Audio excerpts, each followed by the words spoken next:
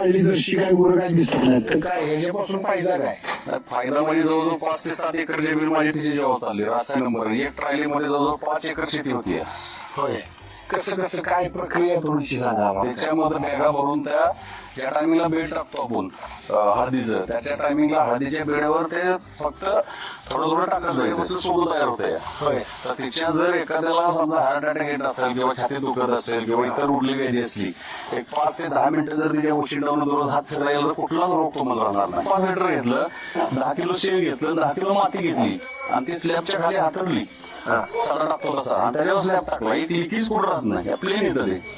थोडी डाळ आणि गोमूत्र शेण त्या गोष्टी त्यातमध्ये घेतल्या आणि मडक्यामध्ये 1005 किलो मडक्यामध्ये जर ते भिजत ठेवलं 15 दिवस आणि ते वस्त्रगाळ करून जर त्यामध्ये कायलीमध्ये टाकून जर प्रक्रिया केली तर ते तुमच्या 10 किंवा 100 पोत्याला ऐकणार नाही. त्यासाठी पाळली जशी काय गुरं काय दिसत नाही.